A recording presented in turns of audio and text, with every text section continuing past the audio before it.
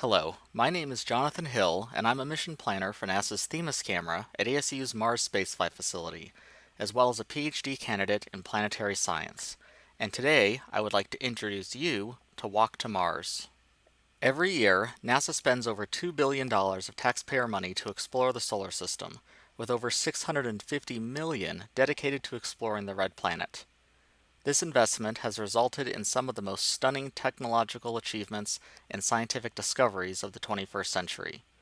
But after the rovers have landed and all the champagne corks have been popped, the American public overwhelmingly loses touch with these missions. Our initial solution for getting the public engaged with the long-term achievements of these Mars missions was to take the highest resolution global map of Mars, which was created at ASU, and use it to print the world's largest map of Mars so that people can walk across it and explore the red planet for themselves.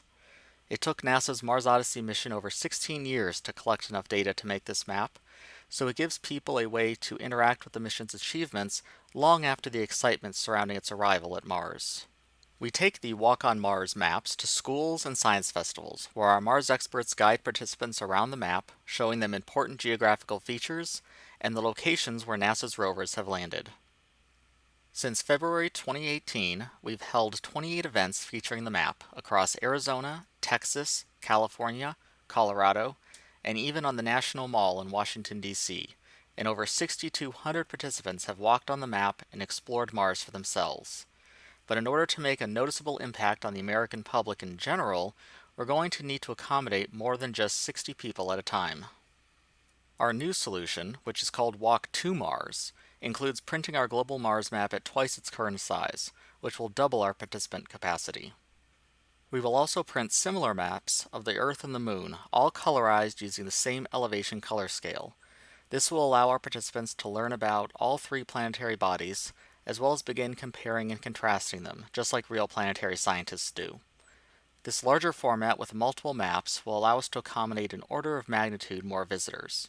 It will also give people a way of physically engaging with NASA's newly announced Moon to Mars architecture for the future of human space exploration. We will be able to hold our events either at football stadiums or at large indoor convention centers.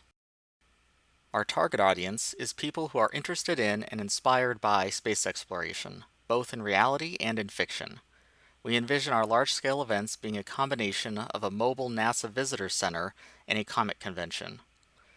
NASA visitor centers regularly attract over 1 million visitors per year, while more conveniently located NASA-related museums attract between 2 and 7 million visitors per year. The downside is that these museums are in static locations, and the vast majority of the American population has to travel a significant distance in order to visit them. Imagine how many more people would attend a traveling NASA-related exhibit that came to them.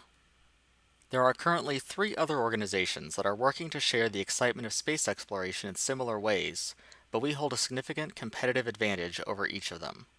Our primary competitor is the ShareSpace Foundation, founded by Apollo 11 astronaut Buzz Aldrin, which currently produces a smaller floor map of Mars based on lower resolution data and distributes free versions to educational institutions as their limited funding allows.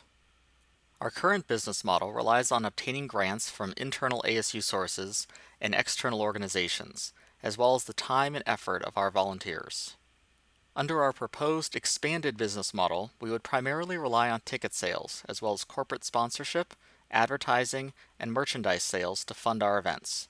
Our primary expenses would be venue-related fees, event management services, and equipment transportation. Any remaining profits would then be used to produce additional basketball court-sized maps, which would be used to increase interest in our larger map events. To date, our program has raised over $26,000 in funding from a variety of sources, which includes over $7,000 towards our expanded Walk to Mars program. Moving forward, we need to raise an additional $27,000 to begin holding our larger Walk to Mars events, after which the events should become self-sustaining. We are also looking for an advisor with experience in the entertainment industry, particularly for help with large-scale logistics and marketing. And looking toward the future, we have begun developing an augmented reality app that participants can download to their phones, which will enhance their experience on the maps. Thank you, and we look forward to seeing you on Mars.